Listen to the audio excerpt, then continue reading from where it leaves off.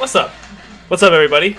A little bit of a late start today on Fight. Let me get the official Fight Hype music voice in tune with the official licensed Fight Hype song at the elaborate, high-tech, cutting-edge, incredible Fight Hype Live Las Vegas headquarters. As always, it is your man, your boy, Sean Zittel, holding it down after another huge fight week. This one being Canelo Charlo. It was a long week. A lot of fun, as always, covering these fights. Pretty much got what we expected. A one-sided victory for Canelo Alvarez, which is what most people were forecasting. I'm dealing with thirst. Dealing with thirst. Not just to see Canelo and Benavidez next, but just actual thirst. Because I ate barbecue pork fried rice before the stream, like I said I would stop doing. But things happen, chat. Things happen. Things happen here on Fight Hype Live. I had to catch up with my man Tim Bradley. That interview will be posted shortly on FightHype.com. Tim Bradley gave me, as always, some great stuff. That's always one of my favorite interviews that I ever get a chance to do, is talking with Tim Bradley. So be on the lookout in the next hour or so for lots of hot stuff dropping with Tim Bradley. As always, he showed why he's probably the best analyst, in my opinion, is the best analyst in boxing right now. Not afraid to ever speak his mind. And that was no different this morning with Tim. So usually we start the Z-Cap at Monday on noon. But today, we got it at about 2:30, 5:30 East Coast time. Shout out to everybody across the country, across the world. Thank you all for joining me. And we will get right to it. Jay Rodriguez said, bro, your title is deceiving. Canelo responds to David Benavidez next after dominating Charlo. And Ryan Garcia said, brother, Jay, let me speak for me. Let me get a drink of water and we'll get right to what the title talks about. Actually, just for you, Jay Rodriguez, we will get started ASAP with Canelo responds to Benavidez. I'll go back to this video in just a moment. But after Canelo dominated Jermell Charlo, in my opinion, won every round. The judges and Showtime gave him a round or two, but I felt Canelo actually won every single round. It was followed by a post-fight press conference with kind of a lot of ass-kissing for Canelo, which is probably fair because he did dominate another champion. 2 weight classes coming up, 16 months off. But Jermell Charlo has never been anywhere near dominated the way Canelo did, so he probably just deserved to get some of his flowers. But since nobody really asked him about David Benavidez, and to be fair, I'm at the arena and hurrying to get post-fight reactions, to go to the press conference. So I didn't know Jim Gray already asked Canelo about Benavidez. But here's me asking Canelo about Benavidez right after the fight, chat. Hold on, let me make sure you guys can hear this as well. And change desktop audio, and we're good to go. Here. So here was Canelo's remarks to Benavidez after the fight. Happy with that performance tonight, and I'm gonna continue this. What went through your mind when they were finishing the ring walk? I love it. I never imagined that kind of performance for Santa Fe Clan in a tornillo.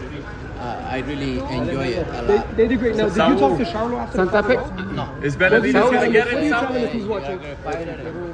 Saul, is Benavidez gonna get it? Huh? Is Benavidez gonna get it? We don't know about it. Thank you, Canelo. Congratulations.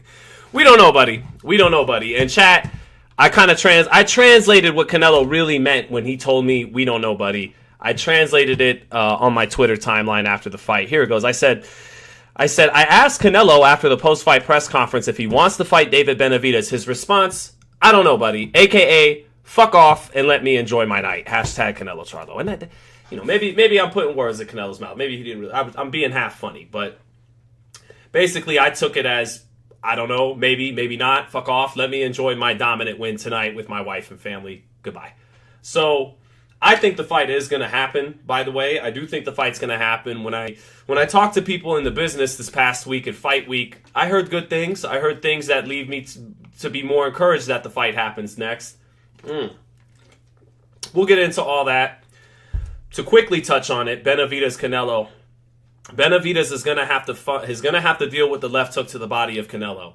Canelo, he threw less than 400 punches in this fight, which gets up to about 35 punches a round. Very low output, fighting an extremely defensive fighter who was just fighting to survive. I understand that. But 35 punches a round, not a very good work rate. David Benavidez can double that work rate when his offense gets going. But a big problem for Benavidez against Canelo will be the left hook to the body. Canelo's left hook to the body against Charlo was beautiful, so accurate, such great placement with thunderous punching power and great timing, and still has very good hand speed for being the powerful puncher that he is at 33 years old. And David Benavidez, when I went back and I watched the Plant highlights late getting home from the fight, I like to brush up on the fighter I just watched that night being Canelo, and the guy that I want to see him fight the most to gauge who do I think would win this fight.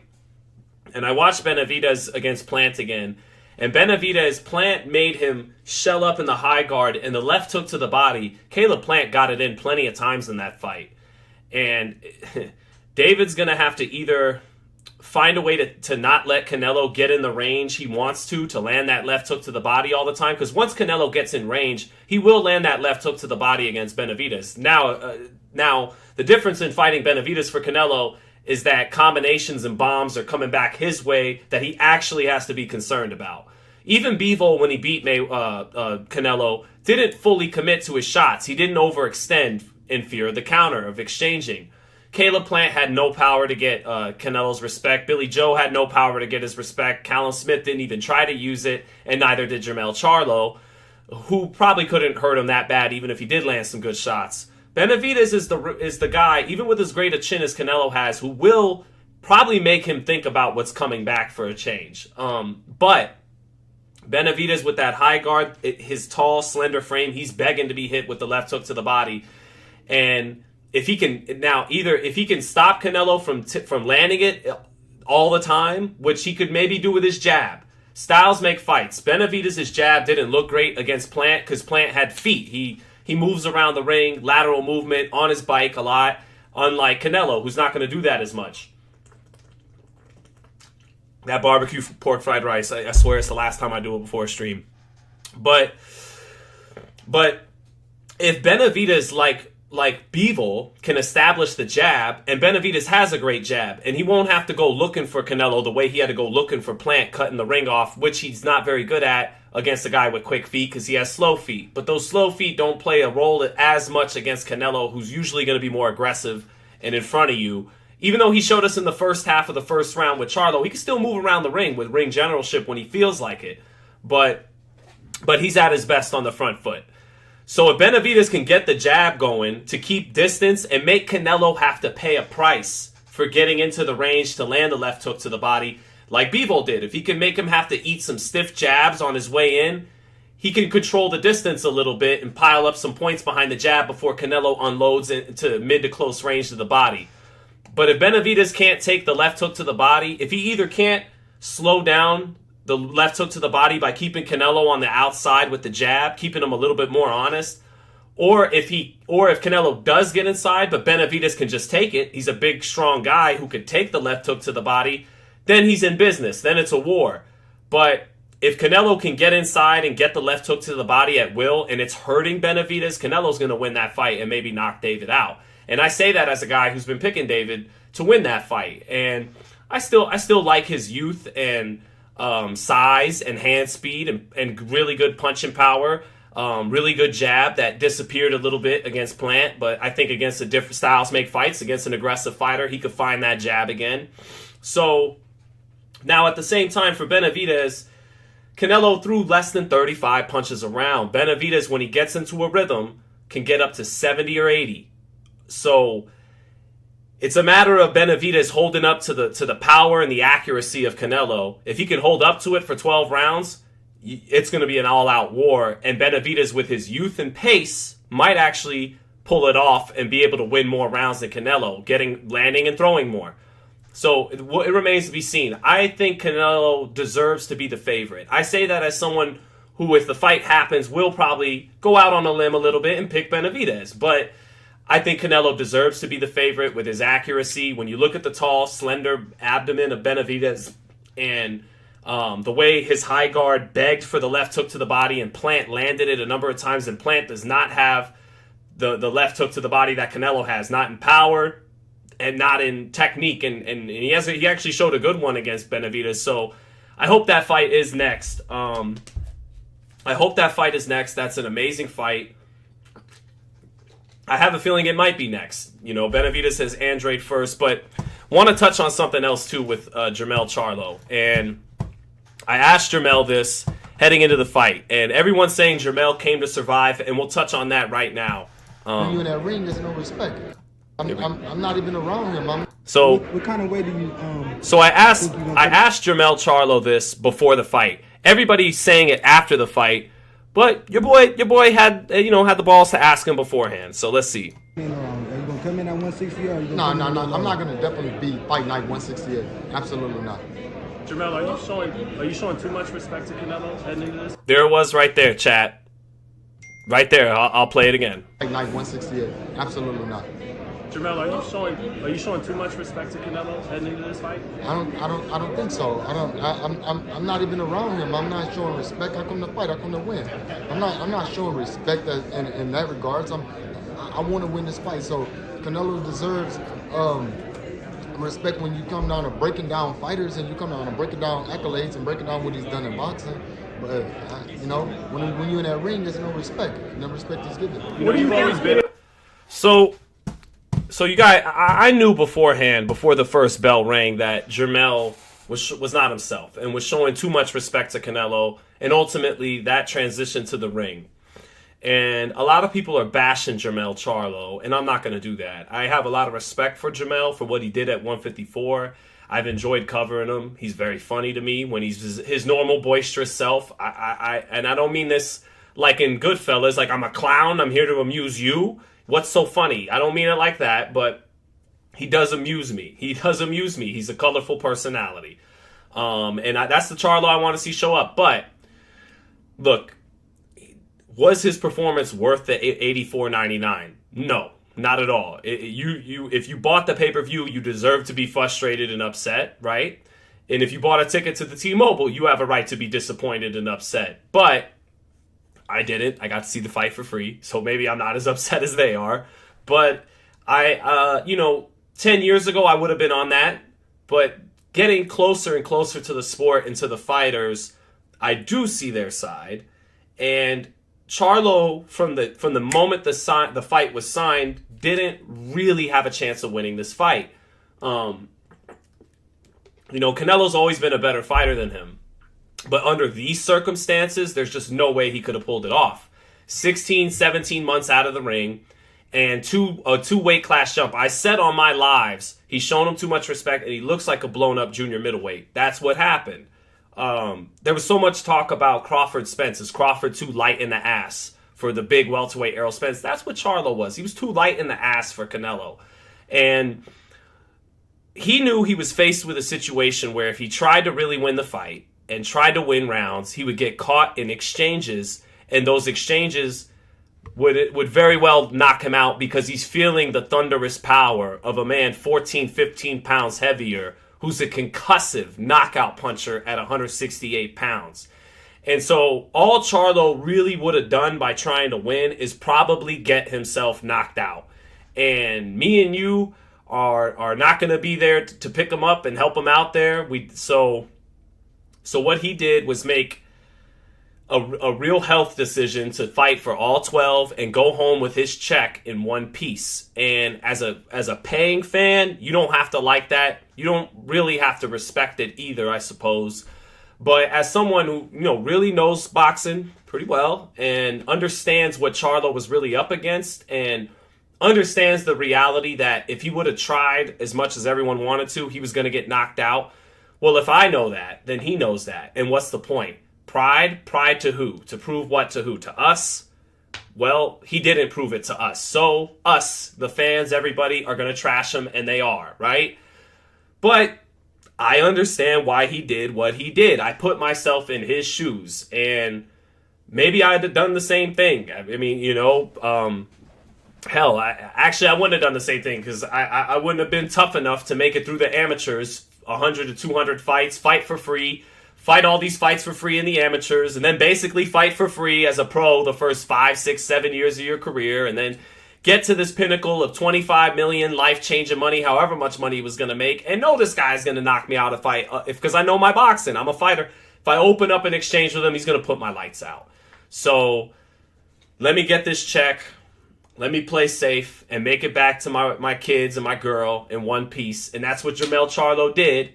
And you don't have to like it. You could bash it if you want. You spent your hard-earned money. Go for it. But that's me trying to explain to understand where Charlo's coming from. And it's not video games. You know, it's not video games. This is real life. So those punches are concussive and can permanently change you. So Charlo made a business decision, made a health decision not to do it. The fans will drag him for it. I understand it, but you know, I get where he was coming from too. So, also, this is the part where I get to say I told you so to the critics, to the haters. The haters is an overused word. It kills critical thought. Doesn't let people critique and because to be critical is to critically think, right? Critical thinking skills. So, but as I'm being petty, that's right. Your boy is now undefeated on the big fights. Pick Tank Ryan, pick Benavidez Plant, pick Taney Lomachenko, pick Spence Crawford. Now we pick Canelo Charlo. I pretty much pick them all right, but I have got the ones I've gotten wrong so far this year. O'Shaquie Foster beating Ray Vargas. I should have known better. I had a feeling O'Shaquie would do it, but then I did the old box rec, and I saw that O'Shaquie Foster had only went 12 rounds once and had fought nobody and had 2 losses. So I go, oh, something's not adding up here. I guess I'll have to go with Ray. Stupid. The tape told me that O'Shaquie had the defense and talent to win it. And then I got Oscar Valdez versus Emmanuel Navarrete wrong. El Vaquero proved me wrong. He put hands on Oscar Valdez. Was wrong about that one. But outside of those two, man, we've been grooving. We've been grooving this year, picking all the fights right. So yeah. I appreciate everyone. V12 Media says congrats on your winning pick. This one, now to be fair, with the exception of Crawford Spence, these have all been easy fights to pick. And to me, Crawford Spence was an easy fight to pick with Crawford's counterpunching. So we need some 50-50, real 50-50 fights to put it to the test. But we are undefeated here on Fight Hype Live for all the big fights. I even told you guys put some money on Mario Barrios on the undercard against Yordenis Ugas. I said I was like, Barrios is plus 300 and he's over 10 years younger. He's 10 years younger and he's ascending, and Ugas hasn't fought in a year and a half, coming off a brutal loss. Put the money on Barrios. So shout out to you guys who did. So yeah, but that's the fight we want next, man, is Canelo and Benavidez. I think Canelo's on his way to taking it because he said in the post-fight, he shot down Crawford. He said he's not in the plans right now. But when I asked him about Benavidez, we don't know, buddy. And when he tells Jim Gray, Showtime, he says, I don't know. I don't fucking care. That doesn't mean no. He didn't say no. So I saw someone early on in our chat say, who was it? I scrolled all the way up. Let me find him. Real quick. It was a fella saying, where is my man with the comment? I'm looking for it. Okay, well, I'm having a little bit of problem finding it, but someone earlier in the chat. Oh, here it is. American Gypsy. So, American Gypsy said, after every Canelo fight, the past few good years, Benavidez' family are the first people to be on social media talking shit about Canelo and his skills, but nobody has seen or heard from them yet. Let me tell you why, American Gypsy. I think, this is my speculation, based on knowing certain situations in the sport, I wouldn't be surprised if Benavidez got a phone call, maybe from Mr. Heyman, maybe from someone else, saying, hey, don't goad Canelo anymore. You're going to get the fight. We're going to get you the fight, kid. Just don't piss him off. Just don't piss him off. If you piss him off and you talk shit and you trash him, he'll get back at you the best way to really get back at you. Not by signing the contract and beating you up. No, by not letting you get the opportunity and the payday if you keep running your mouth. Jose Sr. and David, I like them running their mouth. That's what you're supposed to do to get the man in the ring. So they've been doing what they're supposed to do. But maybe that phase of getting the fight has ran its course, and now they're being told, look, you're going to get it. Just don't piss him off. So I have a feeling that might be why it goes down. So yeah, Elver Garlanga said, I hope Charlo never gets another pay-per-view fight. He robbed the fans. He kind of did, he did. But I wouldn't mind seeing Charlo try to take a run at redemption. I want to see Charlo go out like Charlo, not like the guy that fought Saturday. Go back to 54, go fight Tim Kazoo, yeah, Tim Kazoo bitch ass, yeah, you know, or fight the tall lanky motherfucker, Fedor. No, I love it. Okay, so I always said about Jermell Charlo in that clip where I was at the round table. This was last year, the morning of Spence Ugas. And we were asking him about fighting Crawford. And he's like, he's not even in my division and all this stuff. And I always joked with my wife and some friends of mine. I go, yo, because I do like Jermell Charlo. I said, never has a man sound so tough about not wanting to fight another man. And Charlo went on this whole spill about, why do I even got to talk about it? He's not even in my division. He's like, what? Why didn't he fight someone else? Where the tall, lanky motherfucker at? Why can't he fight him? And he was talking about Crawford fighting Fedor, and then he's like, I'm like Canelo. I'm busy. And I laughed because I said, man, I've never heard a man sound so tough, so gangster about not wanting to fight someone else. I sure as fuck ain't gonna mention to him that you sound like you're ducking Crawford, not to his face, not with that level of energy. So. But that was just funny to me. I thought Charlo took the all-time cake on sounding hard about not wanting to fight someone. But I would like to see Jermell get back down to 54, feel like himself, figure things out with his brother, because they got that twin telepathy. If they're not on the same page, it probably messed him up a little bit. And, you know, get right with his brother. Get back to Lions only, the energy and everything. Get to 54 and fight Tim Tszyu or Crawford. But no, fight Tim Tszyu. Fight Tim Tszyu. That's the fight that should happen next in the super welterweight division. Tim Tszyu has a lot of the attributes Canelo has, but he's a lot smaller, and he ain't Canelo. And he doesn't have Canelo's defense, but he throws heat like Canelo, and he applies intelligent pressure like Canelo. If Jermell wants to redeem himself, he fight Tszyu. Be yourself. Go out, you know, swinging, win or lose. And I still think Jermell, if he could be at his very best, fire on all cylinders, could still win that fight. Now, I was telling you guys before the Canelo fight that Tim Tszyu, after the Tony Harrison fight, he is closing in on Charlo and may very well beat him. People thought I was going crazy. I was nuts. Now I'm sure after the Canelo performance, people might have Tim Tszyu as a favorite. That's a 50-50 fight, and it really Charlo's chances depend a lot on Tim Tszyu and just how much heat he's bringing, because even Charlo on his best night might still lose to this guy, Tim Tszyu, who's rounding into being an excellent, intelligent pressure fighter. But if Charlo can find his bravado and passion and confidence again and have a great camp, he is still the more versatile, athletic fighter than Tim Tszyu, and maybe he can knock Tim Tszyu out. I would love to see Charlo give it his best go back at 154. I'm not done watching Jermell Charlo. And that fight probably wouldn't be on pay-per-view anyways, right? Or maybe it would, but we'll see. So Cowards Only says School of Skills. School of Skills, you know I love having you in the chat, but no, the man's not a coward. The man did his thing at 154. He's not a coward. Dude running the whole fight, he won't talk shit to Canelo, says School of Skills. Well, he knew what it was, man. He knew what it was against that 168-pound tank known as Saul Canelo Alvarez. He knew what it was, so he made a health decision. So, we don't have to like it, but it is what it is. Chiquian Boxing. What's good, Chiquian? My man Chiquian Boxing. Saw him at the weigh-in. Shout out to you, brother. Always good to see you, youngin'. So, good to see our boy Chiquian Boxing in the mix. Good to see everyone in the mix. Frank Fanatic says Benavidez has a glass chin, bro. I don't see the evidence for that. He got dropped by Ronald Gavril at 20 years old. Hasn't really been hurt since that fight. Dominated Gavril in the rematch. Was only 10 months older than Canelo was when Jose Cotto had the ropes hold him up from a left hook. So I've always said, kind of continuing to bring up that knockdown against Gavril it would be a little bit like bringing up when Canelo got rocked into the ropes by Jose Cotto.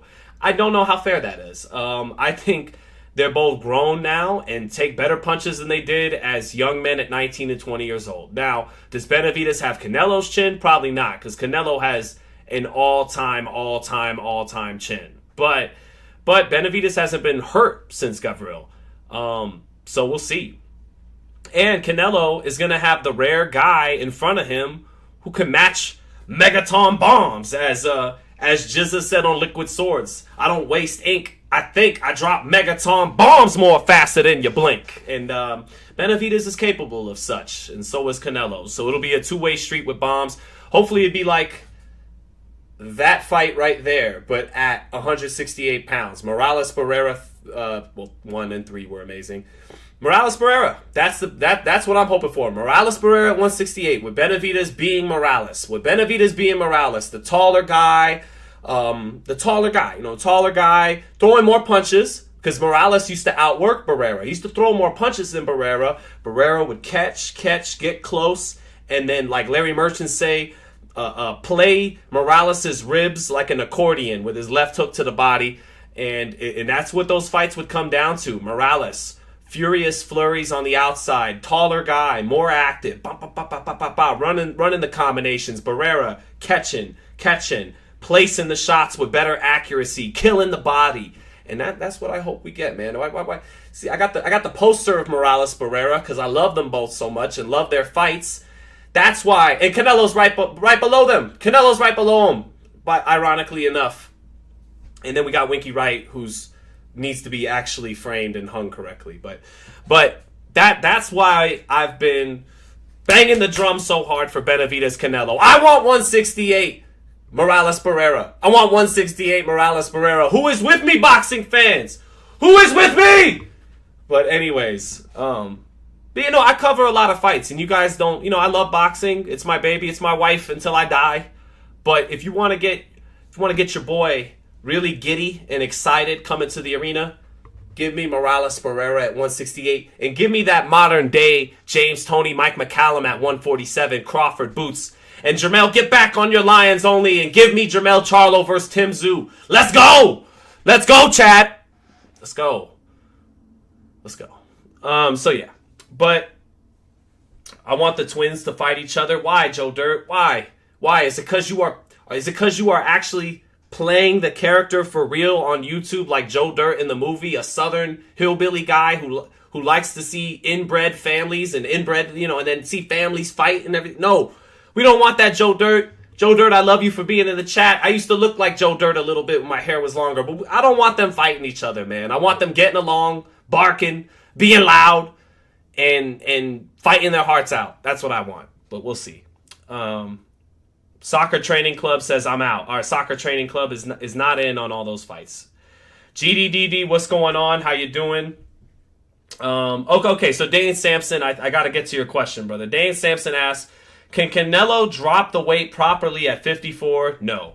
Bivol versus Benavidez. I heard Benavidez got the better of sparring sessions, but that's sparring. Sparring and the fight are two different things. Bivol has much more educated and better feet than David Benavidez. Benavidez is more prolific offensively. He throws more combinations than Bivol, but Bivol has fought as high as is a 75-pounder, a big, strong 75-pounder. Benavidez squeezing down to 68 might actually be better at 75 when he moves up, and that's one thing in Canelo's favor right now is Benavidez is really like a 75-pounder sucking down to 68 these days, and his abdomen it squeaks down to 68 and it gets slender. His abdomen does. Sometimes in some of these fights at 68, David looks a little too thin. No one makes him pay for it because the Mexican monster is hitting on you the whole fight. But against Canelo, every fight that goes on, it has to just be getting a little tougher for David's body as he nears 30 years old. As you near 30 years old, you get away with that weight cut less and less. And that's something in Canelo's favor, getting Benavidez to continue to squeeze down to 68. So, but do you think Canelo's best fight ever was the rematch with Triple G? I do. I think that is the signature performance of his career, and I think it was the night he fought Golovkin in the rematch, September 2018. I was there. It was that. Hold on, let me fix my hair. Check. Let me fix my hair a little bit. I'm getting a little weird. All right. That was the night Canelo found his potential. And because he had stamina issues, and because sometimes he would box too much, he'd be boxer puncher when I felt like, you are strong. Go forward. Just take the fight to them. Be the Mexican fighter. Keep your defense and all that. That's great. Countering, great. But go forward, Canelo. Don't be too cute. and either hold your ground or even start boxing. Because Canelo was a boxer-puncher for some years. The Liam Smith fight at 54, James Kirkland, he liked to be boxer-puncher. And then again, in the first Golovkin fight, he moved around way too much. Like, you too big and hit too hard to be moving on your bike like that, bro. And then in the second fight, he didn't take a step back. He took the fight right to Golovkin and won. And I thought that's where he really unlocked peak Canelo. And that peak Canelo held all the way through the Plant fight. And then he took a dip a little bit in 2022 against Golovkin the third time and losing to Bivol. But I actually feel like, yeah, the second Golovkin fight, my favorite Canelo performance might have been Caleb Plant because his defense was so good. Caleb Plant has fast hands and fast feet. He has a good jab. And Canelo batted that jab down so much. 90% of batted it down, moved his head, cut the ring off beautifully. Canelo was a guy once upon a time who didn't cut off the ring that well because he was trying too much to be the boxer-puncher. And he like against Erislandy Lara, he pulled that fight out, but he struggled to now against that type of style Lara fights in. Canelo would have done much better with the improvements he's had as a fighter since then, since 9 years ago. He can cut off the ring now. I mean, he's not the greatest that's ever done it at cutting off the ring, but he can cut off the ring now. So I love that Caleb Plant performance because his defense was on point on the front foot. He was parrying the jab, catch, shoot, cutting the ring off beautifully, making the ring, cornering Plant over and over again. His ring generalship was beautiful on Saturday against Charlo. He started off for a minute and a half moving around the ring, and then the minute Charlo took a step forward, Canelo said, gotcha, and then, started pinning him on the ropes for the rest of the night and controlled the ring generalship beautifully. So, and do I think that version beats Benavidez? Do I think the best version of Canelo beats Benavidez? He deserves to be the favorite. Maybe a little bit of me wants to be right on picking the underdog on this one because everyone's picking Canelo, and I really think it's 50-50-ish. I really think Benavidez could definitely win that fight. He threw less than 4. You know what? Let's go to the stats. Let's go to the stats, chat. Let's not take my word for it. Thank you for answering that question on Fight Week, Jermell. Appreciate you. And punch stats. All right, here we are, chat. So Canelo threw 385 punches, right? Little quick math. Here we go. If 12 times 30 is 360, so he threw 32 punches around. Gotta love that mental math, chat. But he threw 32 punches around. That's not going to get it done against Benavidez. Now, Benavidez is going to be the opposite of Charlo. Trying to fight to survive, he will actually be, and this is what I'm going to love about Benavidez in this fight, he's going to be one of the rare crazy motherfuckers, crazy enough to exchange with Canelo. Even the two guys who beat him, Floyd and Bivol, didn't do that. They boxed him. They outboxed him. Held their ground when they needed to. Floyd buzzed him with an uppercut midway through the fight. Bivol, in one of the last rounds, held his ground and caught and shoot a beautiful left hook on Canelo, stood his ground, got Canelo's attention with that left hook late. But for the most part, they outboxed him. Benavidez' young crazy ass is going to go in there and go bomb for bomb with Canelo. That's why I can't wait to see it. And him doing that and opening up, boom, body shot, to the knee he goes. That could happen. That could definitely happen. But if he could take that shot, or if that jab from Benavidez is keeping Canelo honest on the outside, he's in business. He could win the fight. And I'm just thinking it could be a numbers game. If Canelo can't knock him out in 6 to 8 rounds, how's he going to deal with the volume and the speed and power and combination prowess of Benavidez in the second half of the fight? Maybe Benavidez comes on and wins the decision. He ain't going to knock out Canelo, but he might actually buzz Canelo and hurt Canelo, which we never see anymore in 10 years. So, can't wait to see it. As a matter of fact, I should probably start a poll. I think I will. 1 second, chat. Here we go. I'm gonna start a poll for you, chat. Oh wait, Q&A? No. We need a poll. The people need a poll. The Fight Hype Live needs a poll. Based on Saturday, Canelo or Benavidez? Canelo, the Mexican monster. All right. Go ahead, chat. Let me know what it is. Let me know what it is. The poll is up. As for Bivol and Benavidez, look, Benavidez is gonna have to go to 75 one day soon, and I look forward to it.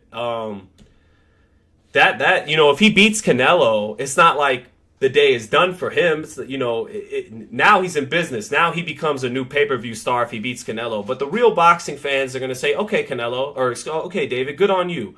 You proved some of us wrong. You beat Canelo Alvarez. Canelo Alvarez is 5'8". He's a guy who started at 154. Go pick on someone your own size. Go to 75 and fight them big Russian boys, Bivol and Beterbiev. I got faith that Benavidez at 75 will be just as effective at 68 because I think his body will go, thank you. Thank you for taking me to 75, and it'll respond well to the weight. And then at that point, Artur Beterbiev and Benavidez, there's so many ifs down the road. If he could beat Canelo, which I think he'll be a slight underdog in that fight, but if he could beat Canelo, him and Beterbiev becomes an all-out war stylistically. That's carnage. That's a car collision right there, Benavidez and Beterbiev. And I know a lot of you are saying Beterbiev will eat him up. Beterbiev, trying to apply the pressure on Benavidez, is going to walk into a man just as big as him, and with very good power. Now he ain't gonna quite crack like Beterbiev, who has freakish power, but he'll have a hand speed advantage and a youth advantage. Beterbiev's almost 40, and he's not slow, but not as fast as Benavidez. So it'll be a man his own size, who's faster than him, who can punch hard, not as hard as he can, but punch harder than him. That would be an amazing fight down the road, Beterbiev and Benavidez. Bivol, even though Benavidez has, according to some accounts, gotten the better of Bivol in sparring back in Southern California, once they get under the bright lights, that should be a tougher style for David Benavidez than maybe Beterbiev, because Bivol has great feet and a great jab, very good boxer. And we saw the feet and the jab of Caleb Plant early give Benavidez his hands full, gave him a lot of problems against Caleb Plant. So part of me, though, with Benavidez does wonder, in that Caleb Plant fight, did he not fight to the best of his abilities because of the emotion, the bad blood? Is that part of why he was reaching for power shots? I know a big reason why was the boxing skills of Caleb Plant and the movement of Caleb Plant. But part of me wonders, did you get away from your jab a little bit because it was so personal and you wanted to land power shots on this guy right away? And against fighters like Beterbiev or Canelo, who are aggressive, where there's not this bad blood of years built up and shit talk like Plant, will you be more clinical and have more of a technical approach and not get away from the jab with guys who will be right in front of you a lot more than Caleb Plant is? So we'll see how David looks against Andrade. That should provide some answers. Some of you probably think Andrade is going to pull off that upset. I don't. Andrade is very good for the first 4 or 5 rounds, and then once he tames you and hurts you in those first couple rounds with that southpaw left hand, usually, he gets to coast. He ain't going to get to coast with Benavidez. He might be up early. He might be tagging him with straight left hands, but Benavidez is going to keep coming and coming. And that former 54-pounder, is he really going to be able to keep him off? And if it becomes more of a fight down the stretch, that's going to favor Benavidez. I expect Benavidez to kind of look like he did against Plant. And for Benavidez' sake, we'd like to see some improvements from the Plant fight into the Andrade fight. That fight is probably going to go down Thanksgiving weekend, November 25th in San Antonio. So be on the lookout. But let me see a super chat I got from my man Chop. Chop reminds me of Chop Corley, DeMarcus Corley, and Chop from Tobin Dodge here in Las Vegas. For my Las Vegas viewers, you guys know $75.99, Chop it! 70 sold for $35.36. That's my guy. That's my guy, Chop. But Chop says, what is your early prediction for Canelo versus Benavidez? I know you like David, but how do you think he wins? I personally got Canelo breaking him down. I do like David. I do like dealing with David on a personal level. I like him. I'll always tell you guys who I get along with sometimes, so you could take it with a grain of salt if you feel. But I think I'm pretty good at putting that stuff aside. You guys remember in my live round-by-round Benavidez Plant, I had Plant up 5-zip after saying David by knockout was the prediction. David winds up winning the decision deservedly, but when it came time for that bell to ring, that shit goes out the window. I call it down the middle. But how does David beat Canelo? He beats him by establishing the jab, the punch that gave Golovkin success, Bivol success, and Mayweather. Mayweather wasn't as dependent on the jab. He could do the lead right hand, the check hook, but Bivol won that fight primarily with his jab. he has to establish his jab. If he lets Canelo, he has to make Canelo pay a price for the real estate he wants to get to in the ring. You want to land that left hook to the body, you want to get inside, eat that before you get in it. Eat that before you get in it. And if you, once you start landing the jab, don't be scared. Follow it up. Put something on Canelo. Let him know you're there. You can't fight timid. So Benavidez would have to do that. He's going to have to withstand some monster left hooks to the body on that tall, slender frame. He's gonna have to establish the jab, make Canelo pay a price for getting where he wants on the inside, mid to close range. And then when Canelo does get in mid to close range, be that rare fighter that is gonna exchange with Canelo and give him something to think about. Now, he's not just walking forward. He eats the occasion, slips the jab, slips the shot, slips it. Oh, you landed the jab, no big deal. You landed it. I got a great chin. Slip, boom, boom. Nah, make sure that jab is landing effectively. And then when he does get inside, man, it's a tightrope act, because if you open up at the wrong time too much, he slips in the shot in between your shots. Canelo is so good at that. He slips in that left hook to the body or anything. Uppercut up top, the left hook up top. And David likes to lean on those ropes sometimes and fight against the ropes. I don't know how much he can do that with Canelo, but hold your own in the exchanges. And Benavidez, this is why this fight has always got me so excited. He's the rare fighter that can go bomb for bomb with Canelo. I think he's got some heat too for that ass. It's not just one-way street, you know. He's not going to be the guy just looking to outbox him. He'll need to use his jab, but let's go mano a mano and see who the real Mexican monster is. And that's why I can't wait to see it. That's how Benavidez wins the fight. How does Canelo win the fight? By being Canelo and being in shape and being ready for this young man's pace. If Canelo's got to be ready, he ain't going to get away with 385 punches, 32 punches around, not in this fight. He's got to be ready like he was for the second Golovkin fight, where he threw a career-high 620 punches in that fight. 622, I believe. And he's got to be in dog shape, because that boy Benavidez gets better as the fight goes along. So Canelo's got to be in dog shape. I can't wait to see it. May the best man win. I already got my concession speech prepared for the great Canelo Alvarez if he shuts me up and beats Benavidez. I'm prepared for Canelo to low-key call me out in the post-fight if he wins. And I go, question for Canelo. And before he'll cut me off, you talk a lot of shit. What you got to say now? What do I got to say now? Congratulations, champ. Once again, as always, you proved you're a great champion. How'd you get that left hook into the body? I'm already ready. I'm already ready to eat my crow if that's the case. But I'm gonna take the young man. I'm gonna take the younger, bigger man who can get that punch count up to 70 or 80. He's gonna have to withstand some bombs, but we'll see. I can't wait to see it. C6 Mark Contreras, thank you, brother, for the super chat. Says, just joined the chat, Sean. I just wanted to see your opinion on Canelo Benavidez after seeing the Charlo fight. You changed your opinion on who you got. I just realized a huge part of the fight, Mark, comes down to that left hook to the body for Canelo. Can Benavidez, what is Benavidez going to do about that left hook to the body? Can he establish the jab to make Canelo pay a price? Or if he can't do that, is he just tough? Can he just take it and return fire?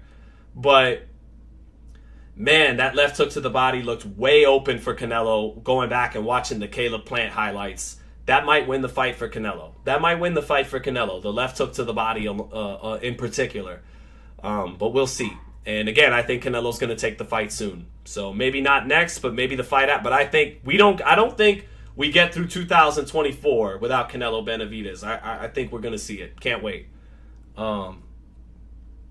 So let me see. Sean's Canelo impression is a national treasure. Thank you, Gibby Garza. I'm happy it wasn't offensive. It's not meant to be. How was the Charlo impersonation, chat? How was the Charlo? It probably wasn't as good as Canelo, but you know, when it's a tall, lanky motherfucker, why don't we fight him? How was that one? 619 Cali Factor. Thank you for the super chat, brother. Shout out to San Diego, and always good to see you in the chat too, man. I understand that every fight is different, but Canelo didn't stop Charlo, so I don't believe he stops David. I got David by decision with his activity. I hear you. And you know, I'm kind of picking the same way. But when you're throwing more, there's more opportunities for a terrific counterpuncher. And Canelo is so unique, because when you think counterpuncher, you think taking a half step back, running someone into something like that. he is one of the all-time great front foot counter punchers. Is Canelo? He got that pull counter, man. He's got a beautiful pull counter. Tim Bradley was telling me all about it in our interview earlier today. Applies that intelligent pressure, great defense, and then those pull counters, beautiful. And Benavidez has some good reflexes too, but Canelo's are better. And Canelo might actually punch harder than Benavidez, and Benavidez can crack. I have seen both of these guys hit the mitts up close, and they both got wonderful power. Wonderful power. Benavidez can crack. But Canelo has a little bit more power without having to load up. Even though it looks like he loads up, Benavidez, when he doesn't load up as much, it's more speed. It's more, But when he really wants to sit down, he has to, load a little bit. Canelo, he could be free flowing and just, and that shit sounds like thunder, thunder, thunder. Benavidez got to crank the thunder a little bit. So Canelo might actually be the more natural puncher than Benavidez. And you mentioned the activity. Benavidez opening up more is going to give Canelo more opportunities to land those power front foot counters that weren't there as much against Charlo, because Charlo wasn't throwing punches like that. So, styles make fights. That's what makes it so fun. Is their two styles make for a great fight. The styles make fights, and there's no way that fight sucks. Before I get to other super chats, I want to see if anyone said the Charlo impersonation was any decent. Charlo was phenomenal, said Malcolm Emanuel. Yes! Caleb said, do the Charlo impression again. A Tay-Day. All right. I think the brother said it was okay. Good. Thank God. Molly Mall. What's up, Molly Mall? Good to see you, man. Every time I see Molly Mall, I think of Marley Mall or Melly Mel. But Molly Mall said, could last night's Canelo compete with Prime Ward? Compete, of course. He's of that ilk, of that caliber. I just would have always favored Ward over Canelo. He is a natural 68 who began day one at 68. I think he fought in the amateurs at light heavyweight at 78. He's a bigger man. Unlike Charlo, who is just taller, not only is Dre tall, now that height becomes a factor again because he's actually the same size as Canelo. Charlo was too light in the ass, being a blown up 154 pounder. Dre was a light heavyweight, I think, in the Olympics, and then a career 68, and then finished at 75. So Dre is a much naturally more filled out man at those weights than Charlo will ever be. So it's a different dynamic there. It would have Canelo. It definitely would have been a fight. Canelo is a great all-time great fighter, one of the top 5 super middleweights. I think actually now while I'm here, top 5 super middleweights ever. Chat, tell me what you think. Roy Jones. Now, Roy Jones at number 1 because the eye test more than anything. He did not accomplish as much as Joe Calzaghe. If we're talking accomplishments, Joe Calzaghe, the Italian Welshman, my paisano over there, he's number 1. But when you balance eye test and resume, that eye test for Roy is so through the roof. Roy Jones, number 1. Number 1 all-time super middleweight, Roy Jones. Number 2, Joe Calzaghe. Great on the eye test. The best in the accomplishments realm. Number 3, Andre Ward. Amazing eye test, amazing accomplishments. Number 4, that man right behind me, Saul Canelo Alvarez at number 4. Number 5, lights out, James Toney. Number 5, lights out. Okay? Number 5, lights out, James Toney. So, that's the top 5. But yeah, Canelo could have definitely have competed with Ward, but I would have picked Ward by decision. But Canelo is a thunderous puncher. I know that would have been a problem. But Dre had a better jab than Canelo. He was a natural southpaw fighting orthodox. I would have favored Andre Ward, but 6 foot tall against 5'8", and a real 6 foot, filled out 6 foot tall, not a blown up guy like Charlo was. I'd have favored Ward, but that's no knock on Canelo. I think he's the 4th greatest super middleweight of all time, behind only Ward, Calzaghe, and Roy. And I even got him ahead of James Toney, who I might have picked to beat him head to head, but Canelo accomplished so much more than James did at super middleweight. He became undisputed, so I got to put Canelo ahead of Toney. Yeah, maybe I was doing too much with turning the lights out, but I had to. I'm a big James Toney fan. I got another super chat. Southside Games. What's up, Southside Games? Said, go back and watch only Charlo in the Canelo fight. I bet you have a different opinion. That fight was close. Canelo's face showed punishment for a reason. I don't know about that, brother. I don't know. I didn't think it was close. I know in rounds 3 or 5 he touched Canelo a couple times. But that man got hit with the harder shots and got the fight dictated to him and got backed up rope to rope from the opening bell. And, he landed a couple shots here and there. And Canelo's got the tissue that shows up more. But if you're going to make that argument, I think you make that argument more for Erickson Lubin Saturday night, who everybody said got a robbery. I didn't get to watch that fight all the way through intently because I was busy running around working at the arena as well. But from what I watched early in that fight, it did look like Lubin was outboxing him. And then in the second half of the fight, it looked like Ramos was controlling the fight more than the other way around. But he only pinned Lubin on the ropes and hit him with halfway landing shots, hit him to the body. And Lubin, Ramos, like you're saying about Canelo, Ramos's face was touched up by the end of those 12 rounds. And from what I could see, I would have to really sink my teeth into the fight and watch it all the way through again. But from what I could see, it looked like Ramos got the better of it a little bit, but it didn't look like a robbery at all. And Ramos's face by the end of the 12 rounds showed you that Lubin was touching him throughout the fight. So I disagree. Southside Games, I don't think Charlo was ever really in that fight. And he fought to survive. And if you're being generous, he won a round or two. I wasn't going to grade him on a curve. I thought he lost every round. I thought rounds 3 and 5 were close, but I still thought he lost them. But I appreciate the chat, brother. I appreciate it, Southside Games. So Canelo showed more punishment against John Ryder, and I don't think you'd say John Ryder was competitive in that fight. Canelo had his first busted up nose in I don't know how long, like ever, against John Ryder. John Ryder landed a lot more leather on Canelo than Charlo did, and I don't think anyone thought Ryder was competitive in that fight. So Molly Mall said, thank you for the super chat, Molly Mall said, LOL, David Morrell might beat both of these guys. He might, but he doesn't get the shot, Molly Mall, because he has 9 fights and is the definition right now of high risk, low reward. So everyone put David Morrell in the oven and let him cook for a little bit before we take him out for the big fights. But David Morrell is excellent. Very high on David Morrell. He has dynamic athleticism, very good punching power.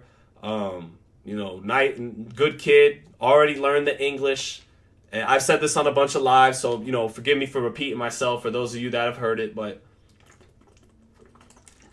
that kid David Morrell really has a chance to become the first Cuban star in America. All the Cubanos who got over here, they either got here too old or got here and they were too little. Rigondeaux was both old and little. Or they had a style that didn't translate to selling tickets. They were pure boxers. Think Casamayor, think Lara. They were either too old, think King Kong Ortiz. They were too little, think Rigondeaux. Or they never could learn the language because they came here late, and it gets tougher to learn a second language the older you get. David Morrell is young. He's in his mid-20s. He has an exciting style. He gets explosive knockouts.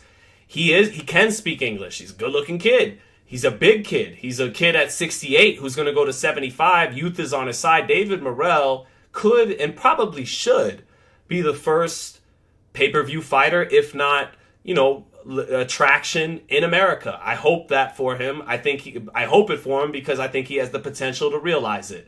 Now, that being said, Benavidez and Canelo ain't getting close to him anytime soon, maybe. Benavidez seemed pretty close to fighting him, but then I think they made the right call.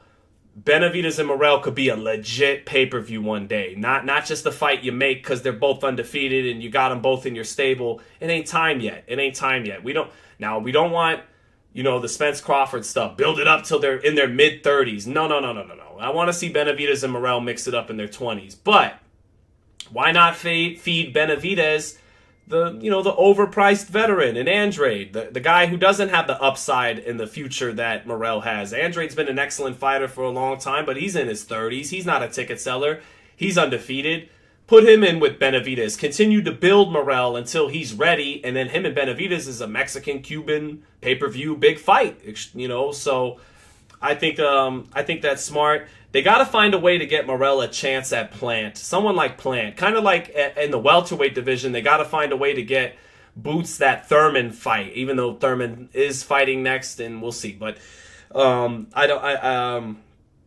Boots is Boots is in that same boat that Morrell's in a little bit. He's had way more fights, but same kind of boat.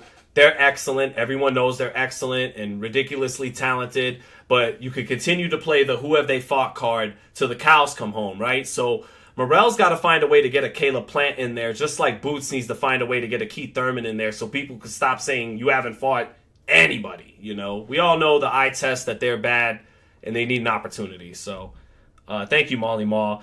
Fight Hype in the chat. BT, the big editor boss man, saying that the Bradley interview is just dropped. Guys, check it out. It is live. The Tim Bradley, well, don't watch it just yet. Click the link, go to new tab, wait till I'm done running my app, then go watch it. But yeah, let me see. I got another super chat here. Let's see. From Raider Reaper. What's up, Raider Reaper? How you doing, brother? AJ loses to Wilder, and we strip Derek James of his Coach of the Year award. Oh, you cold, Raider Reaper. You can't do that retroactively. The man deserved Trainer of the Year in 2022. But, Raider Reaper, because you are one of my regulars, shout out to Derek James. He deserved that Trainer of the Year in 2022. He turned a non-puncher into a knockout artist in Jermell Charlo at 147. He dealt with Errol Spence from scratch since he was a boy and built him into a 3-belt champion. The man knows how to train a fighter. Duh. He deserved his Trainer of the Year award last year. But that said, I did question if he was becoming a little overrated. I don't think he's Eddie Futch or Emmanuel Stewart. You know, he is an excellent trainer who deserved his award. But I told you guys, heading into the Errol Spence fight, I was talking about all this. I told you guys I thought Joan Guzman really was the guy who had Charlo's ear at this point in his career, because Charlo has learned what he can learn from Derek James. He's learned how to sit down on shots. He became a knockout at 54. What he needed for the Castano rematch was slickness, counterpunching. That's where Joan Guzman came into play. And Joan Guzman was with Charlo for this camp and last camp months before Derek James, because of other obligations, was able to get to Jermell Charlo. So I suspected there was a rift between Derek James and Charlo a little bit, or at the very least, Joan Guzman, who appears to be the second trainer, the co-trainer, is really the head trainer right now in terms of having the ear of the fighter. So I said before the Spence fight, before everyone's dogpiling on Derek, I said I questioned that interview he did where he was downplaying the importance of head movement in boxing. He was saying if you just keep a jab on a guy and pivot off, you don't have to do all this, and you just keep him on the end of your jab and do your thing. And I go, yeah, that's all nice and good, but you mean to tell me there's no place in elite level boxing for head movement? I don't know about that. And then I said, look at the stable. On paper, it sounds great. He's got Ryan Garcia. He's got Frank Martin. He's got Anthony Joshua. He's got Errol Spence. He's got Jermell Charlo. But I broke it down one by one. I said, Ryan Garcia is a fresh product. He hasn't actually done anything with Ryan yet. So the jury's out on how much better he will make Ryan Garcia, who has his fight with Oscar Duarte. We will get to that just before the stream ends. But so the jury's out on what he's going to do with Ryan. Same with Anthony Joshua. Anthony, high guard looked better. Jab looked better under Derek James in fight number 1 against Jermaine Franklin, a 6'2" out-of-shape heavyweight who has some skills, but, you know, out of his league. He beat Dillian White, didn't he? So shout out to Jermaine Franklin. But his jab and his high guard did look better with Derek James, but still went 12 rounds with an undersized heavyweight in Jermaine Franklin. Then he looks very timid and pedestrian against Robert Helenius, who got knocked out in 2 minutes by Wilder, and it took Joshua several rounds, some of which he was losing on the outside to Helenius, but he eventually knocked him out. Nice knockout. Then when you go to Frank Martin was 14 or 15-0, and I'd already seen Frank Martin give Gervonta Davis some good work in Las Vegas years before he got to Derek James. And Derek James, for the most part, it just implemented that lead hand being higher on Frank Martin. But outside of that adjustment, Frank Martin was pretty much the fighter that you see now. So I'm not even dissing Derek there. I'm just saying Frank was already good before that. He was good enough to hold his own with an elite fighter like Tank in the gym. I was there. And then you move on to Jermell Charlo, and I questioned what was the chemistry at this point with the undisputed 54-pound champion. I saw Joan Guzman's imprint more on the performance Charlo had in the rematch with Castano than I did from Derek James's imprint. Although Derek built that foundation before Guzman could come in and apply some finishing touches to make him undisputed. But there was that. So I broke it down. Ryan, Frank, Anthony, Jermell, and then Spence goes in there, the one and gets dominated by Crawford. So these things happen though. Emmanuel Stewart, as great as he was, he didn't always hit home runs either. De La Hoya didn't get better under Emmanuel. He was better off with the Marxist communist guy, Jesuso Rivero, and Robert Alcazar, and Floyd Mayweather Sr. got more out of Oscar De La Hoya later in his career than Emmanuel did in '97 when he went the distance with the old Camacho, I think it was. Emmanuel, Jermaine Taylor actually regressed under Emmanuel Stewart. He was better with Pat Burns, his amateur coach from Arkansas. But then at the same time, Emmanuel Stewart, he turned the tables on Riddick Bowe by making Evander Holyfield box him. So, I mean, Emmanuel did his thing. Emmanuel did his thing. He's amazing. But just to be fair to Derek, even Emmanuel had awful years. Buddy McGirt won a Trainer of the Year award one year, I believe, and then he had a slew of bad years losing fights. 04, 05, he has Antonio Tarver and Arturo Gatti winning fights, looking great, and then it began to go downhill in a couple years after that. These things happen in boxing. So Derek is an excellent coach. He deserves his Coach of the Year award. But before all the dog piling and second guessing stopped, your boy was telling you on these lives before these L's started coming. So, and when I saw Derek at the fight, I didn't know. When I went up to him, it was kind of awkward. I asked for an interview at the arrival, and he didn't. He was nice. He was a gentleman. But he didn't want to talk because it wasn't press day. The day was done, and I just ran into him in the MGM. But when I was talking to him, part of me was wondering, maybe I should have just asked. But I was wondering, is he upset with me because of these lives? I don't know. But I gotta call it like I see it, chat. Another super chat, and then I better get to this Ryan Garcia news in a second. Where's that super chat at? Southside Games. Thank you, brother. Said. Copyright lied about Lubin. Jabs. Fact. Same as Charlo. Jabs. They said he threw 297 jabs and didn't even land 50. Cap. Watch it again. Only Charlo, please. Southside Games, I don't want to lie to you. I appreciate the super chat, but I don't know if I'm going to subject myself to 12 rounds of that fight again. I'm sorry.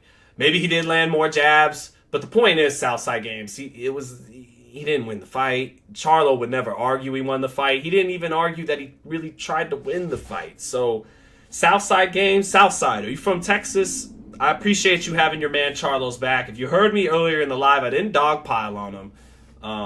But I don't know, man. Maybe you're right. But that's not what I saw at the arena.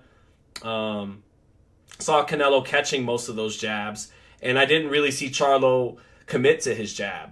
And certainly wasn't throwing the kind of jabs that had dudes seizuring on the grounds like Jason Rosario. So he wasn't letting go of that jab like he was against 54-pounders. But thank you, man. And shout out to you, Southside Games.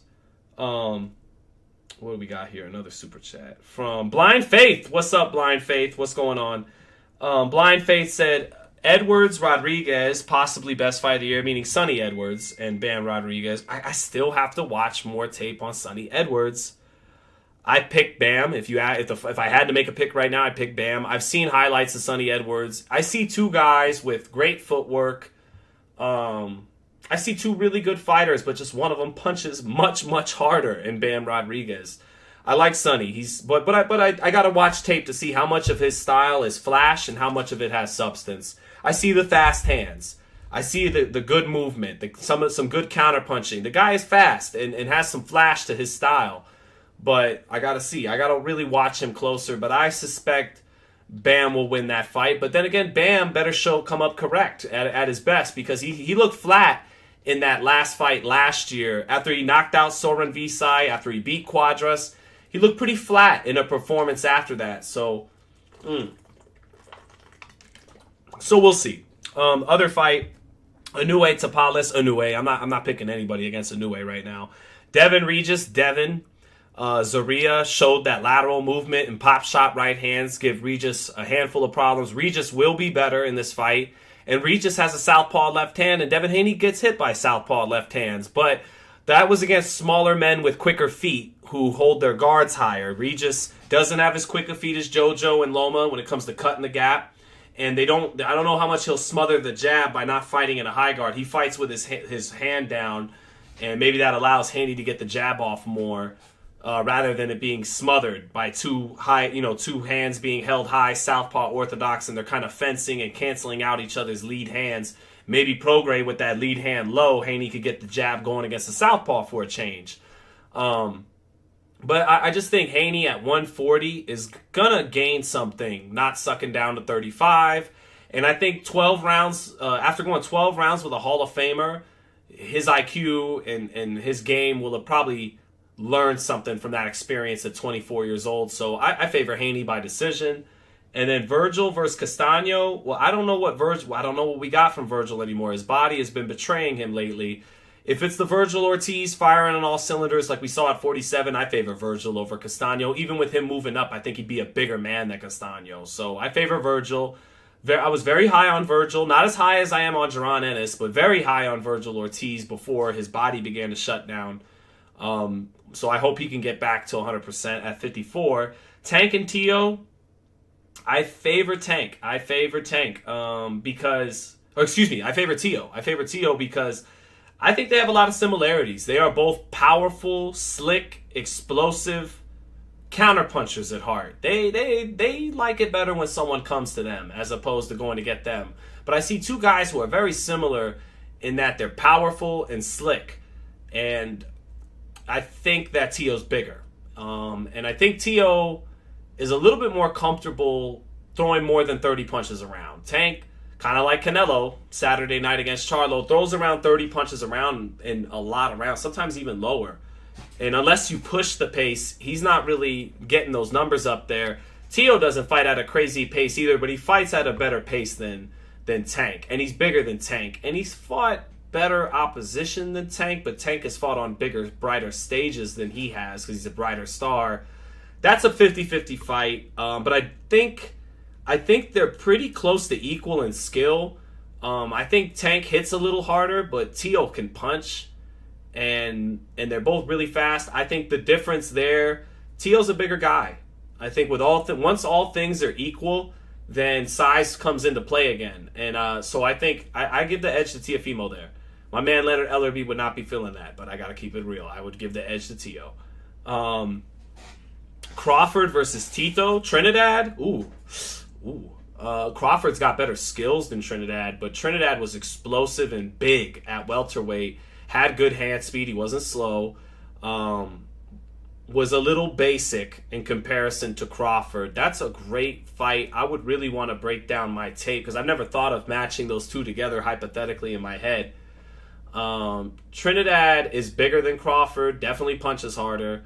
He's a good athlete too. He, more basic in that high guard that he would fight in, and that front rhythm where you just know at any minute he's going to explode with a left hook or a right hand. But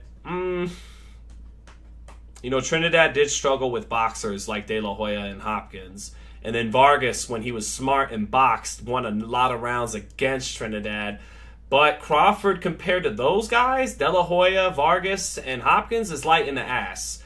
And that light in the ass shit it was made too much of heading into the Spence fight. But against Trinidad, different story. I don't know. That'd be a great fight. That'd be a great fight. That's tough to say. Anderson and Ruiz, I would... Now, Anderson's still green for that fight a little bit. Ruiz is a former champion. I mean, it was a 15 minutes of fame kind of thing. He never even defended the belt once, but that man was heavyweight champion at one point. Jared Anderson has a lot to prove. Look, that's a good one. I might give the edge to Jared just because timing. I think Jared's on the ups. I don't know, though, man. I don't know. Jared showed a good chin against Charles Martin, but Andy Ruiz is throwing some heat, and he's not fighting a 6'6", 6'7" monster. Jared's only 6'4", That'd be a great fight, Jared Anderson and Andy Ruiz. I might favor Anderson because he's hungrier. And he keeps himself in better shape. Now, Andy Ruiz, the night he knocked out Joshua, I'd probably favor him over this kid who's still got a lot to learn and is kind of green. But Ruiz right now, who, won his last couple fights against King Kong Ortiz and Chris Arreola, but they both hurt him every time they hit him good. I might give the edge to the younger, hungrier fighter in Anderson. So, Undisputed, Blind Faith, not going to do Undisputed today, but soon, I will be back with Undisputed. It's not over. I just a perfectionist. When I'm gonna stream, I want the gameplay to be perfect and sexy. Raider Reaper hits me with another super chat. Thank you, brother. Says heavyweight fantasy match: Jared Anderson versus Frank Sanchez, Usyk versus Big Bang Zhang. I would give the edge to Usyk because Zhang has slow feet, and Usyk could take advantage of that. You saw in the first round when Joe Joyce was moving to his left, Zhang couldn't get off.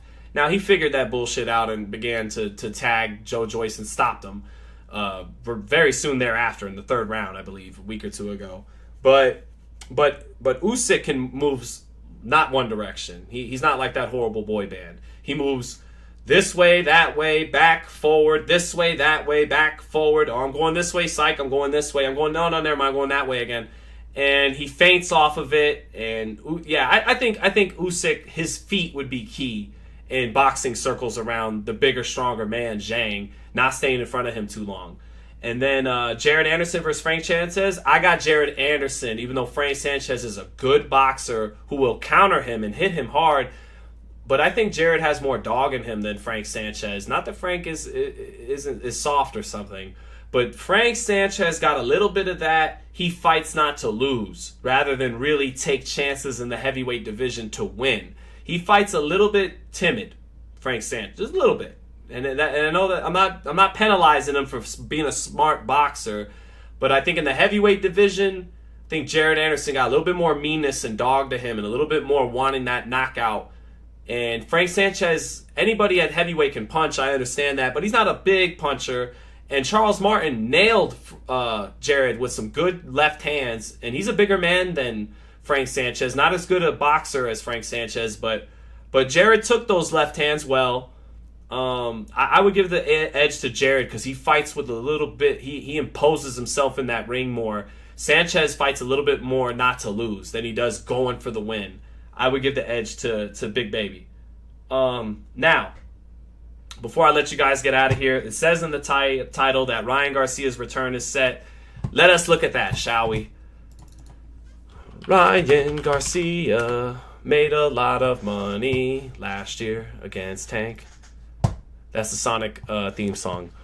Okay, no, not the legal battle. We want battles in the ring. To Twitter we go because Google Newswire is being shite, as Tyson Fury would say.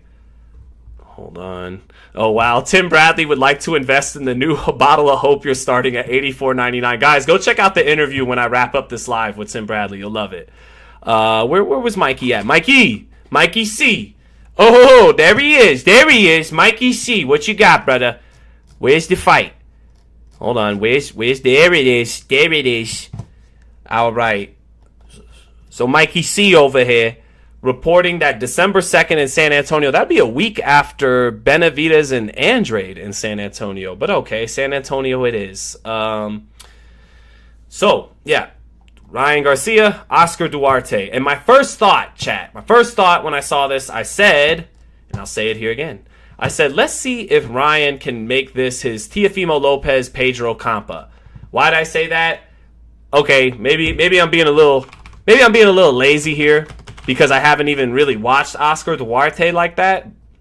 But Pedro Campa, who was Teofimo's first fight, coming off his upset loss to George Kambosos, he fought a guy from Mexico with good knockout record, who was young too.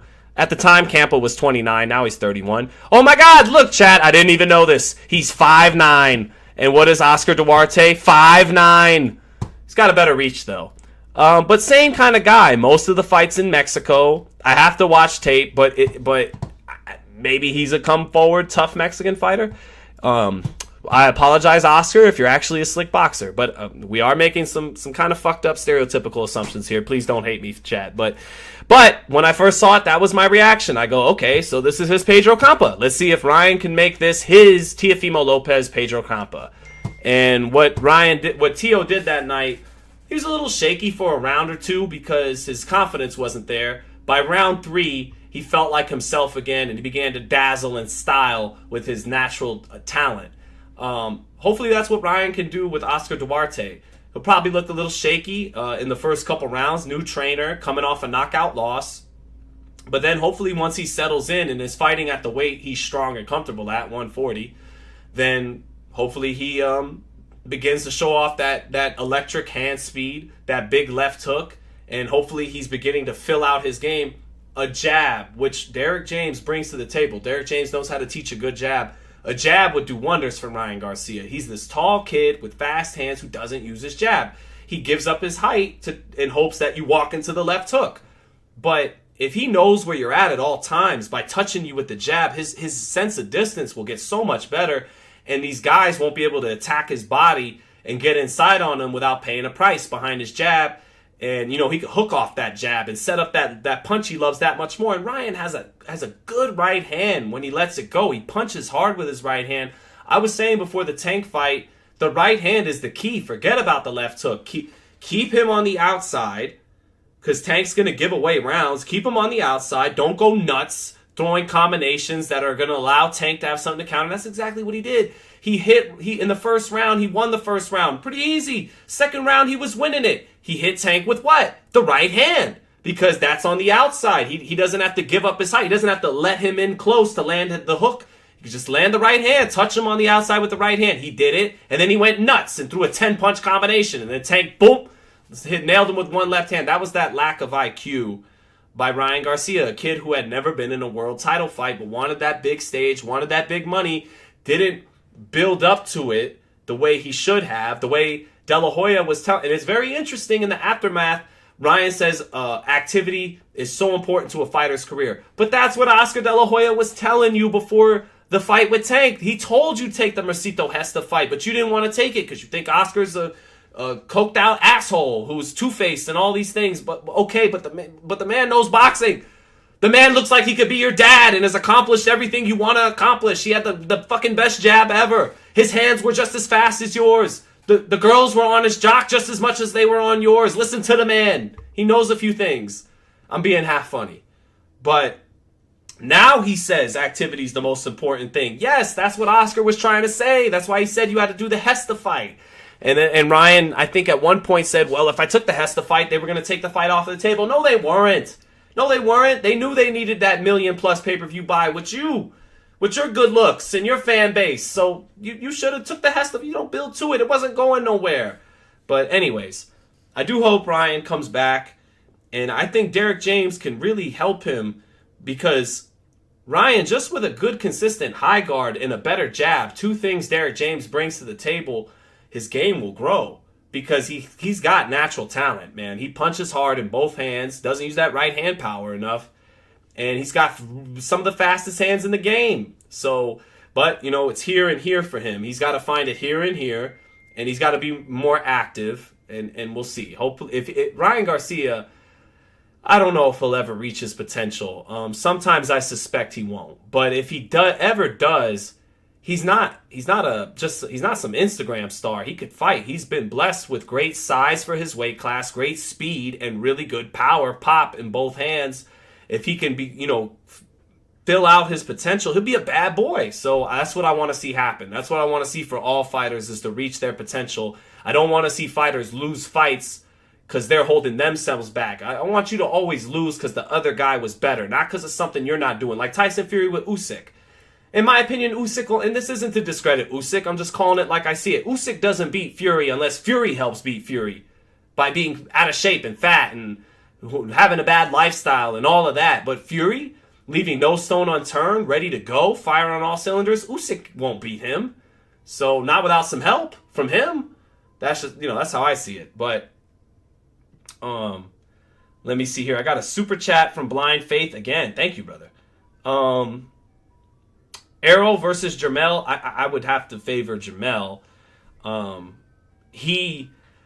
had pep in his step. Spence's balance looked off against Crawford even. I mean, he just looked bad. He didn't look like that against Ugas. A lot of that was because he's fighting Terrence Crawford and not your Dennis. He's fighting the best counterpuncher in the world. But Spence just didn't look himself against Crawford. It was almost alarming how he looked in terms of his balance. When he tried to throw hard punches, he was off balance, and that's not good. Roy Jones used to say, one way you know a great fighter is getting old is their balance is starting to get off. And his balance did not look good against Terrence Crawford. Jermell still had pep in his steps, still had balance. His hands were fast the few times he let them go. Spence, on the other hand, looked slow and sluggish at all times in all phases. Charlo still looked like he had his speed and his pep in his step. He just didn't open up against a much physically stronger man. So I would favor Jermell. Gary Antoine Russell against Subriel Matias, that's a war. Because Gary Antoine Russell's a pressure fighter and Matias is an all-out offensive fighter in the pocket. I give the edge to Gary Antoine. I'm not as high on Subriel Matias as others are. I had a quite the back and forth between a good friend of mine in boxing and one of my teammates here at FightHype about that. What did I think? It was about Brandon Lee. They were telling me Subriel Matias eats up Brandon Lee. I said, I don't know about that. Subriel Matias lost, to one of the Russian fighters. What was his name? I have to check again. He has a lot. He won the rematch, did Matias. But I know it was a fighter from Eastern Europe, Russia, who beat him, who gave him his first L. And Matias really has no defense. And against a big puncher like Brandon Lee, I was trying to tell them, I don't know. I might pick the kid Brandon Lee. And they were like, you didn't see how bad he looked against Kampa. And I'm like, okay. But those are my guys. Shout out to them. So I would give the edge to Gary Antoine because I'm not as high on Subriel Matias as other people are. I picked him to beat Ponce in that last fight where he became IBF champ. So I picked him to win that fight. But I don't see a lot of defense from Matias. He's all offense. Keyshawn versus Andy Cruz. Look, man, I'm from America. No, I'm just kidding. I don't know. Andy certainly beat him 3 or 4 times in the amateurs, but this is the pros. This is different. Over 10 rounds, I might give the edge to Keyshawn. I just think the pros will be a different type of fight than the amateurs, and I think that 10 rounds would favor Keyshawn more than it would Andy. So I would give the edge to Keyshawn, And then Stanionis versus Ennis all day. Stanionis is sharp. He's kind of explosive, kind of fast, and punches hard. But he's not a knockout concussive puncher. He's a solid puncher. He's fast, but not as fast as Ennis. And he's straight up and down. He has a high guard and applies intelligent pressure, but that ain't going to get it done against the creativity, hand speed, offense, angles, switch hitting style of Jaron Ennis. Ennis stops Stanionis. Ennis stops every welterweight but Bud Crawford and apparently Karan Jukashan too. So no, but I think Ennis stops every welterweight not named Terrence Crawford. Taylor Serrano too. Serrano looked better in her last fight than Katie did in losing to Chantel Cameron. So maybe Serrano. Shakur and Loma. Shakur because Shakur's in his prime and Loma is inconsistent these days. One fight against Haney. Against Haney and against Masahiro Nakatani, he looks like peak Loma. Then you put him up against Richard Comey, he looks good, but not like peak Loma. Then you put him up against Jermaine Ortiz, he looks average and flat. So in his mid-30s now, you don't know what Loma you're going to get. Loma on his best night might be 50-50 with the young bull Shakur Stevenson, but I would give the edge to Shakur, who's really entering his prime. And Loma's becoming a great old lion. Still a great old lion, but an older lion. I give the edge to Stevenson with that youth. And love picking your brain. Thank you, Blind Faith. But yeah, guys, I think we're entering almost 90 minutes now. Alex says, Bivol rematch at 75. Trilogy at 68 with Benavidez. David Morrell, Jaime Munguia, retirement. Speaking of Munguia, I wouldn't be surprised if Munguia gets his way into the Canelo sweepstakes. They they have 2 more fights with Canelo and not an obvious other fight other than Benavidez. Jermell Charlo, maybe that's a tough sell. The man hasn't fought in 2.5 years, and he's never fought at super middleweight, and he's currently slated to fight Jose Benavidez Jr. I love Jose. If you're watching, I don't mean it like that. I just mean, brother, you have never fought above 154 pounds. You've never won a fight above 147 pounds. Like, maybe he won one fight at 154, maybe. But, yeah, man, Jose Benavidez' best days were at 140 and 147, let alone 160, let alone maybe even 168. That fight would really not prove anything. It would literally just be some fight to get Jermell Charlo back in the ring, which is an upgrade from not fighting at all. But it would essentially prove nothing in regards to fighting Canelo Alvarez. So I don't know how easy of a sell Jermell Charlo is, especially after how the other brother just did. And then Canelo shot down Terrence Crawford Saturday night, said, nah, he's not in the plans. And then, by the way, these guys are so good with PR. So good with the media, because Canelo knows in the heat, in the aftermath of Crawford's all-time performance over Spence, he knows if he says right there and then he's not in the plans at the peak of Crawford's celebratory victory lap, it's not going to go over well PR-wise, public relations-wise, right? So what's he do? He kicks some ass. He lets the dust settle from Crawford's performance, lets some of the shine finally start to go away a little bit, and then he says, after winning a dominant fight, nah, he's not in the plans, and now no blowback. So these guys are smart. But what was I saying? Yeah. For Canelo, what's the other fight besides Benavidez? David Morrell? Nah, the guy has 9 fights. He might fuck around and win, even with just 9 fights. So super high risk, low reward, no big money fight there. Jermell Charlo, that's a tough sell. They got to get him back in the ring first with a live body. And then, so yeah, Crawford's off the table. Charlo, they can do it if they want, but it doesn't really make sense right now. David Morrell doesn't make sense. So I wouldn't be surprised if Jaime Munguia maybe could slide his way in there. Maybe. They are looking to cash out Munguia because they never actually wanted to put him in a date. Like if they believed in Jaime Munguia, they would have made the Demetrius Andrade fight, or at least Janabek or something. But they would have made the Andrade fight. I was saying make the fight. Andrade he coasts in the second half of fights. Munguia might be able to hold up from getting his ears boxed off for 4 or 5 rounds, and then maybe come on strong against Andrade, who will lay on the ropes more, look to coast more, and put the fight in Mexico, get a benefit of the doubt, and what do you know? Now he beat Boo Boo Andrade, but they didn't even want to take that chance, which speaks volumes about how his team feels about him. That's a lack of confidence. So that makes it look like, okay, the plan is just to eventually cash him out for the biggest payday possible. That would be Canelo. So maybe Munguia slides in there. So, what about Janabek? Nah, Janabek's a 160-pounder who's skinnier than me. No one wants to see, and it has no name. He has no name at all. So, no. But, what do I think about the heavyweight prospect from Oklahoma, Jeremiah Milton? He's a solid guy. The division needs good, competent heavyweights, but I don't think he's a threat to become heavyweight champion. I think if you're looking to place your hopes in a future American heavyweight champion, look Jared Anderson's way. And before you even get to Jeremiah Milton's way, look Richard Torres's way. Then maybe get to Jeremiah Milton. But he's a good, competent heavyweight, and the division needs guys like that to fill out the roster, to fill out the top 20, to give, you need depth in the division. And Jeremiah Milton can provide that, but I don't think he's a threat to become heavyweight champion. Molly Mall says, why do people think Shakur is levels above Devin?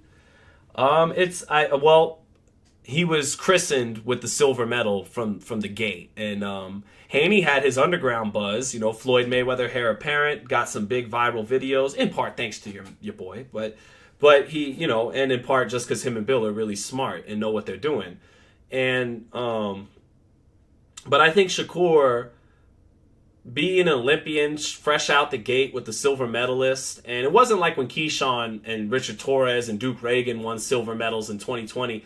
We hadn't had anybody win shit beyond a bronze since Andre Ward. And then Shakur came in and won the first silver medal in a while. So that got it going. And then Shakur just makes so little mistakes and has been so dominant in his fights, has never even has seldom lost rounds. Haney, people are split on who won the Lomachenko fight when it comes to Haney. Haney was hurt in a way we've never seen Shakur hurt in the Linares fight. So Devin got hit with some straight left hands against Jojo Diaz, even though he clearly won that fight. So Devin's been hit more than Shakur. Devin didn't have the Olympic pedigree Shakur had. So I think that's a couple of reasons. And then the rest is just people in boxing thinking Shakur is better than him. So I got to see it. That's a 50-50 fight to me. Devin is bigger than Shakur. And when when they sparred and Devin decided to impose himself and his size on Shakur, things started to change for him in that sparring session. Before that, when he was trying to just box with Shakur, because that Devin is a pure boxer like Shakur is, they're both, as they grow into their man strength, becoming more boxer punchers. But their real DNA and temperament is they're both pure boxers. And when Devin was trying to be a pure boxer against Shakur, he was getting outboxed up the center in their sparring session. But once Devin imposed his size a little bit more, went forward, went to the body, pinned Shakur on the ropes a couple of times, he started to change that sparring session a little bit. So that's what I think that fight is going to look like. It's going to have ebbs and flows. I think Shakur can outbox Devin, but when Devin understands I'm bigger than him, impose myself a little bit, he could get the job done too and win that fight. So that's a 50-50 fight to me. I don't think we're close to it happening. I think Haney versus Tank, Haney versus Tio, those are fights closer to happening than Haney versus Shakur. So, but I do think that when it's all said, it's going to happen. All said and done, it's going to happen.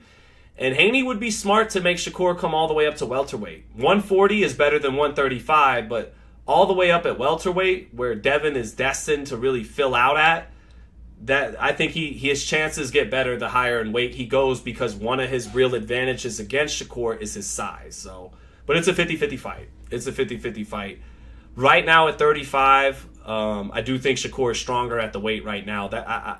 Devin has said to me, you don't know if I'm going back down to 35 or not, so maybe he will. Me personally, I feel like stick around at 40. You're taller and longer than these other lightweights like Tank and Loma and Shakur. You're a bigger guy. Do what's right for your body. Stick around at 40. They're not going anywhere. They're young. They'll have to go up to 40 eventually, and probably 47 too. If you go up to 47 by the time they're at 40, whatever then they come up to 47. So yeah, that's how I see that. But all right, chat. I think that's about it. As you guys hear, I got some people in boxing calling me. I got to get back to some people and keep it going. This was an hour and a half. This was a lot of fun. You guys were awesome in the chat. There was over 600 people that came to hang out with us today. I'm very grateful for that. Grateful to all my regulars. You guys know who you are. Tay-Day, before I go with my regular, I'll let one of my regulars get one more in. Tay-Day says, thoughts on Elijah Garcia? Maybe the best. I like Troy Isley. I got a lot of love for Troy Isley. Represented this country at the Olympics and fought his ass off. He's a good young fighter too. But I suspect Elijah Garcia is the best middleweight prospect. Amari Jones, who flirts between 54 and 60. Now, if Amari Jones is going to 60, I got to put him in the top 3 too, with Troy and with Elijah. But Elijah is so comfortable as a pro already at 20 years old. He already has a family, and that'll mature you quickly. And you see that maturity in the ring already with Elijah Garcia. He's not the fastest guy. He's not slow either. Not the fastest guy, but he's very long and has very good pop in both hands, and he fights very relaxed. Elijah Garcia might be our best prospect in the United States at a middleweight. Shout out to Amari Jones and Troy Isley as well. But those guys at his age weren't winning against good pros like Armando Resendez, not at his age. So he's a little further ahead at 20 years old than Amari and Troy were. Damari might be 20 himself, and he's not fighting opposition like Armando just yet. And Ami Clar, the Uruguay undefeated prospect that Samson had that they were building up a little bit on Showtime, he ended that. So yeah, no doubt. Deluxe Recording says, goodbye, Ashton Kutcher. Thank you, Deluxe Recording. I'm always a fan of that comparison instead of Drake Bell, by far. So thank you guys so much. You guys were awesome today. God bless all of you. Enjoy the rest of the week. Keep it locked in here on Fight Hype. We'll be covering Gilberto Zurdo Ramirez against Joe Smith. I'll be at that fight Saturday night. The Niners are 4-0, baby. We 4-0 Niners. Coming for those Cowboys next week. Everybody have a good one. No more Trayvon Diggs for the Cowboys, so we're good. All right, peace. Oh, no, it fell.